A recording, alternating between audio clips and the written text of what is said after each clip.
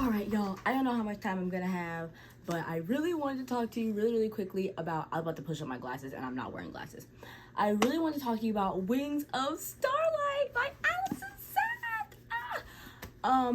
Yeah, I felt like wearing this little, this sweater here because I felt like that would just give me the vibe. That would just give me the vibe. That would just give me the vibe. But yeah, I loved this book. 5 stars. This is my second 5-star of the year. I broke down and finally gave Sunrise on the Reaping the 5th star that it deserved. Because, well, the 0.5 star that it deserved. Only because I didn't give it that, only because I was just like, I didn't know whether it was a 5-star based on the nostalgia or not. But like, no, like the writing is genuinely so good. And yeah, but anyways, this is not about Sunrise on the Reaping. This is about Wings of Starlight. So Wings of Starlight, if you have no idea what this is, remember those throwing it even further back, Peter Pan. Okay, so in Peter Pan, there's Peter Pan, Wendy, and Tinkerbell. Those I feel like are the 3 main characters. So Peter Pan, he takes kids to, which might be creepy, he takes kids to Neverland. And that is like, you follow the 2nd star. So like in a lot of Disney movies, there are like 2 stars. And following the 2nd star will take you to Neverland. The 2nd star, I don't know what the Disney timeline is, but the 2nd star was actually formed in The Princess and the Frog when Ray died. So I don't really know what the whole entire lore is about. But anyways, so yeah, and Neverland is basically like some sort of magical place. Anyways, Tinkerbell. Tinkerbell is a pixie or a fairy. She comes from like a little place called Pixie Hollow. And so Disney Channel created like a whole 6, 7, 8 movie franchise based off of Tinkerbell. And so in the Tinkerbell movies, in Pixie Hollow, there's a fairy queen, of course, obviously.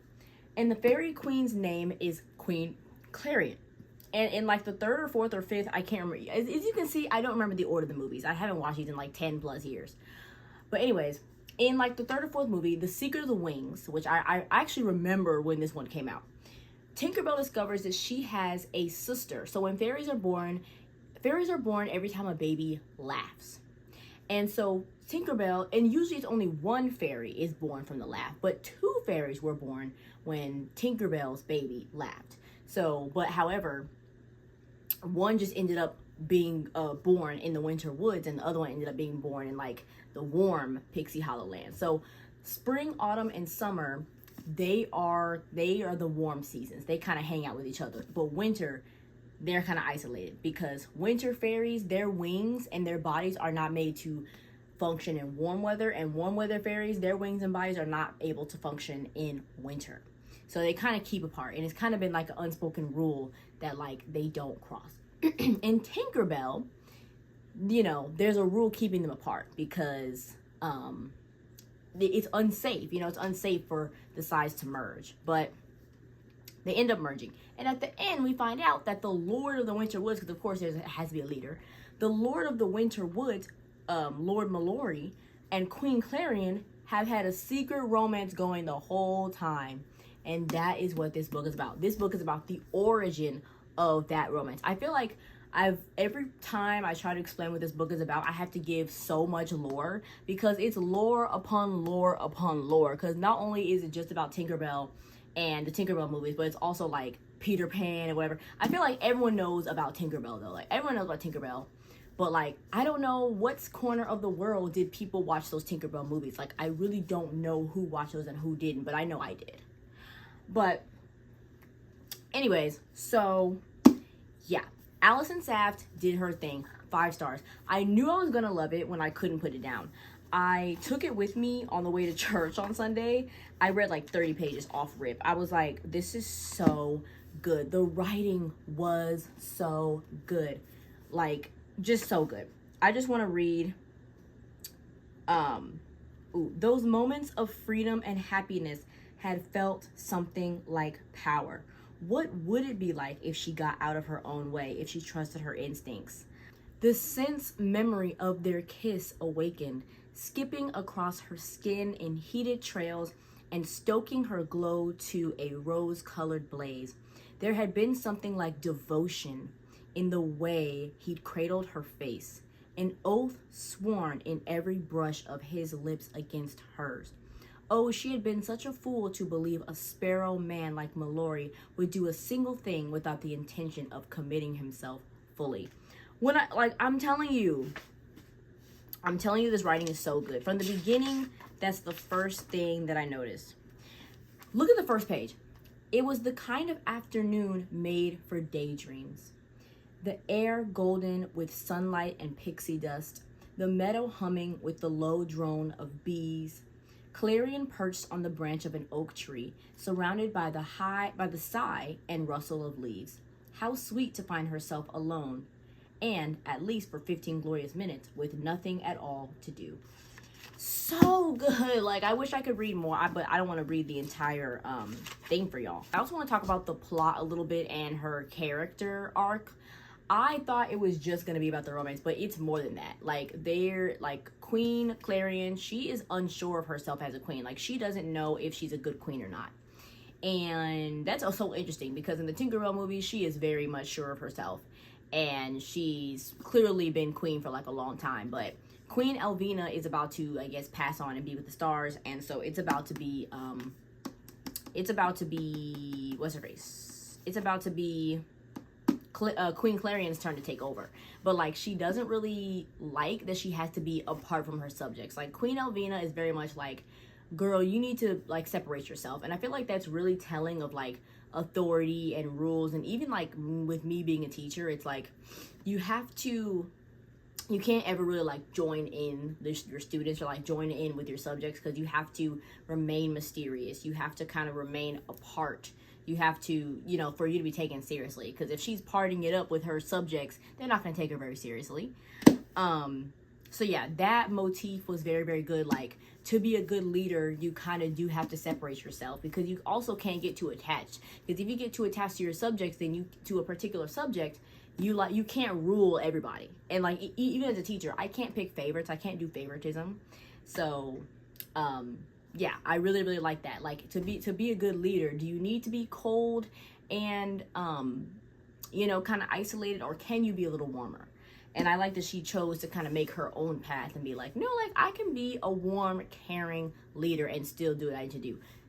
Is different strokes for different folks, okay? Some people might need to fully isolate themselves because they get too attached, or, whatever. But we open up with her being very, very lonely because, she's just like, I'm trained to be queen, and it's so lonely. Because, like, all the, autumn fairies and winter fairies, and everyone has their clique, and frost fairies, they all do the same thing, and animal caring fairies, they hang together. Everyone, like, there are cliques among cliques among cliques.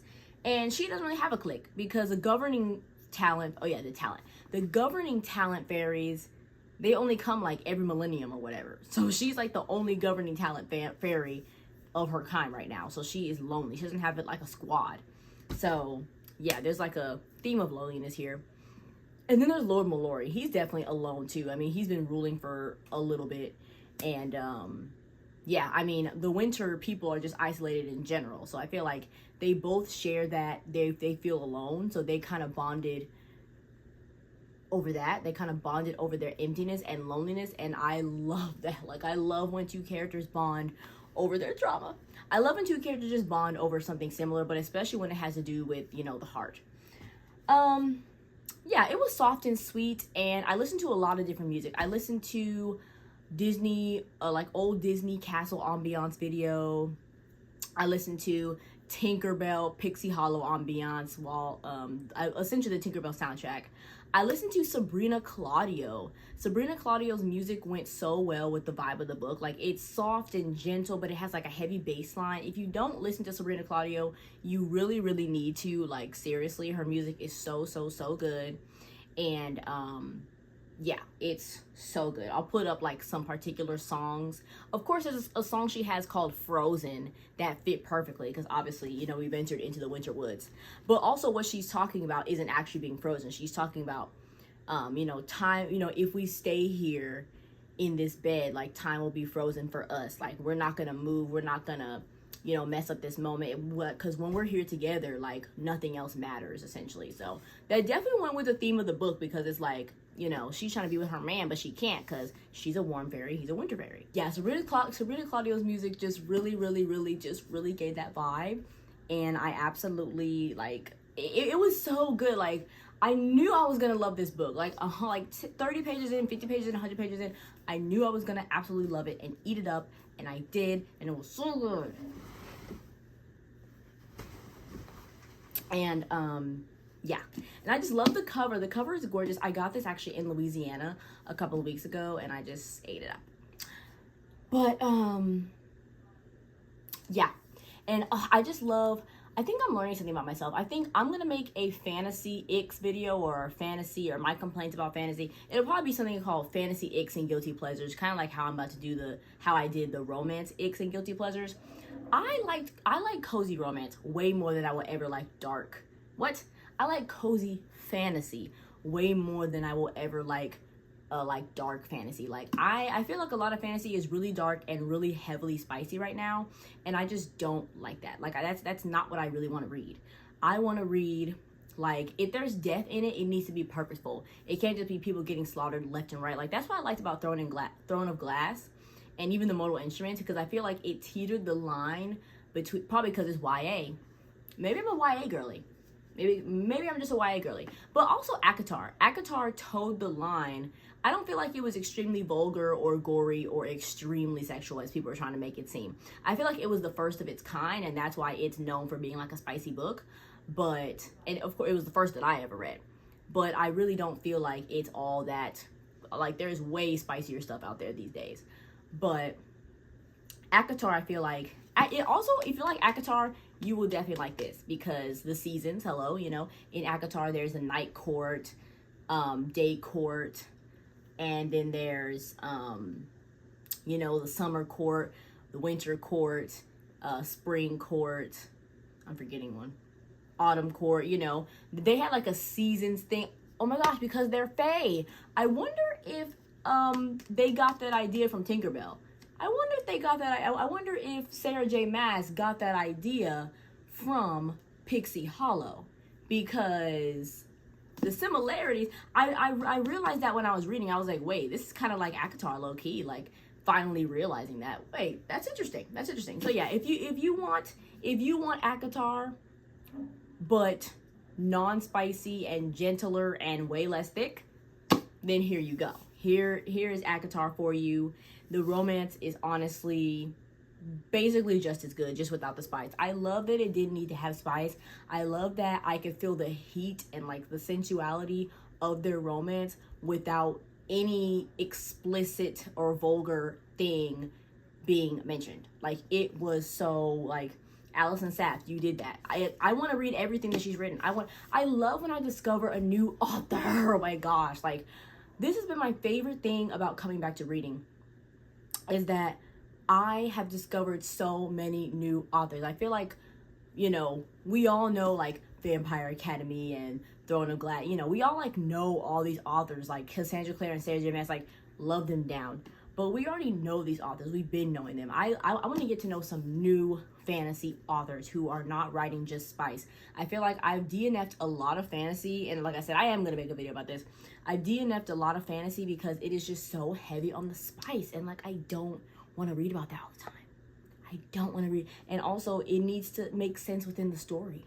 Like, if this had spice in it, in like the last 200 pages, I wouldn't have been mad in it, because I feel like it made sense to the story. There was a lot of tension. It was a forbidden romance. Y'all know I love forbidden romance. Forbidden romance is one of my favorite tropes ever, if not my favorite. Forbidden romance, I love it. I love it. And for forbidden romance is really kind of specific to fantasy, because I don't feel like forbidden romance is ever that good in like regular, because what's so forbidden about it? Like, who's stopping you from being together for real? If it's not a magical force or an evil villain or a parabatai bond, if you know, you know. If it's not that stopping you from being together, then what's really stopping from being together? But yeah, forbidden romance, cozy fantasy, love it down, eat it down, whatever. This was spoiler free. I hope it was spoiler free, and I want to keep it that way. But I really had to talk about this book. Like, I don't think I understand how I really had to talk about this book, because it really rocked my world, and it's gonna be I'm gonna continue to think about it, and I'm gonna continue to hunt for another book that is similar to this for a while because it is just that good. Like, it was just that good. Like, I need more. I need more of this. Okay? I need more. Like, if y'all know where to find this, please let me know. Please let me know. But yeah, so good. 5 stars. You need to read it. And I think that's it, y'all. I think that's all I have to say. That is non-spoilery. Oh, right after this, I watched Secret of the Wings. I had the best time of my life. What was that, 2 nights ago? Yeah, I had the best time of my life. Secret of the Wings is so much better than I remember. And you get to see where Queen Clarion and Lord Milori are in present day. And I love it. I love it. So if you didn't like the way this ended, you have to watch Secret of the Wings afterwards. Like, you have to. It's required. It's required. It's required. But yeah. See you in the next video.